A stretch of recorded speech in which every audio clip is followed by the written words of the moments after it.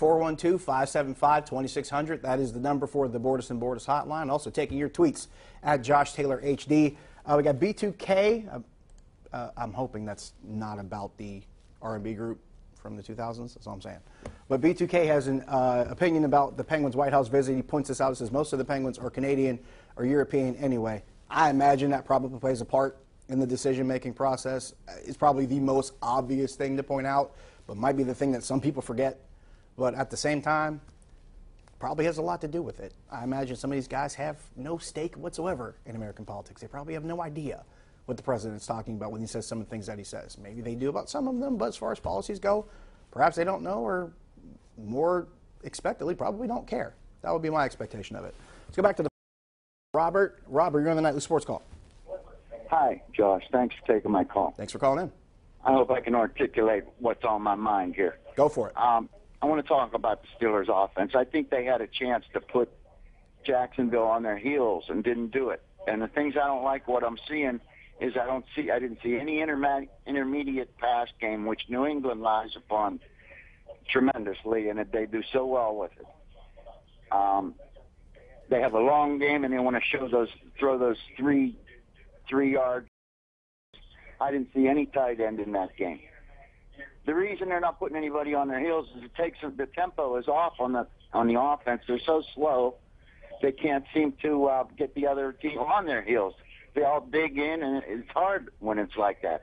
Also, I think they should alternate the running backs. Le'Veon Bell has one style. Connor's a great runner. They should shift them up so then the defense has more to think about. And Ben is slow. I don't think he's in shape. He needs to, I wish he would get in a little. He needs to deliver quicker. He needs to, quit pumping that leg and changing plays at the line of scrimmage. I'm sorry, it's a lot that I gave you, but that's how I see it. Robert, you dropped a lot on me, man. That was actually some pretty good stuff. Let's unpack all of it one article at a time. Let's start with what you mentioned about the intermediate passing game. I agree with you on that. I think a lot of people just expected this team to, since Martavis Bryant was back and you got Antonio Brown here and Juju Smith-Schuster here, they just assume you go Mike Leach and just run 4 verticals down the field. That might be a great thing to assume.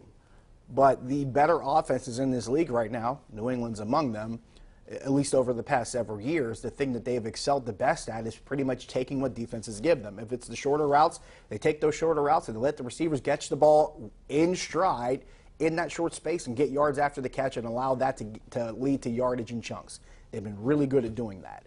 I'm glad you brought up using the tight ends a little bit more. You got Vance McDonald, you got Jesse James, you got 2 guys that are pretty, at least average to pretty good at blocking and catching the ball. We saw them being used in the running game the past couple weeks, but maybe not a lot of them in the passing game. I wouldn't mind seeing that a little bit more often. Maybe it's the fact that you want to get Vance McDonald a little bit more acclimated to the playbook. He just got here towards the end of the preseason. Maybe that has a lot to do with it.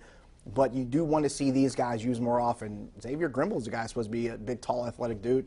Get those guys involved. But the one thing we have seen them is involved in the running game. I think that's a huge plus. I'd like to see them more involved in the passing game. We have seen Jesse James make plays in this passing game so far this season. We've seen him make plays doing it. Did it, I believe, against Cleveland. So we've seen it happen where if he's used and you're able to identify it quickly, maybe you're able to do that. And to your point about using tempo, Jacksonville might have been the best defense to do that with because, let's be honest, you look at the talent that they brought in through the draft and a couple guys in free agency, Calais Campbell among them, coming from Arizona. He's a pretty good defensive lineman.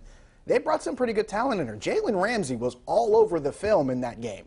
You saw a lot of him. You saw a lot of Abuye and Aaron Colvin, a 4th-round pick a few years ago, a kid who was first, second-round talent who dropped to the 4th round because he tore his ACL during the pre-draft proceedings. So they really got a steal there as far as talent's concerned. That talent's built up and been pretty good. Maybe that's the type of team that just say, you know what, let's speed this up a bit, catch them on their heels, slow them down in substituting, slow them down in the play calling, and maybe catch them off guard.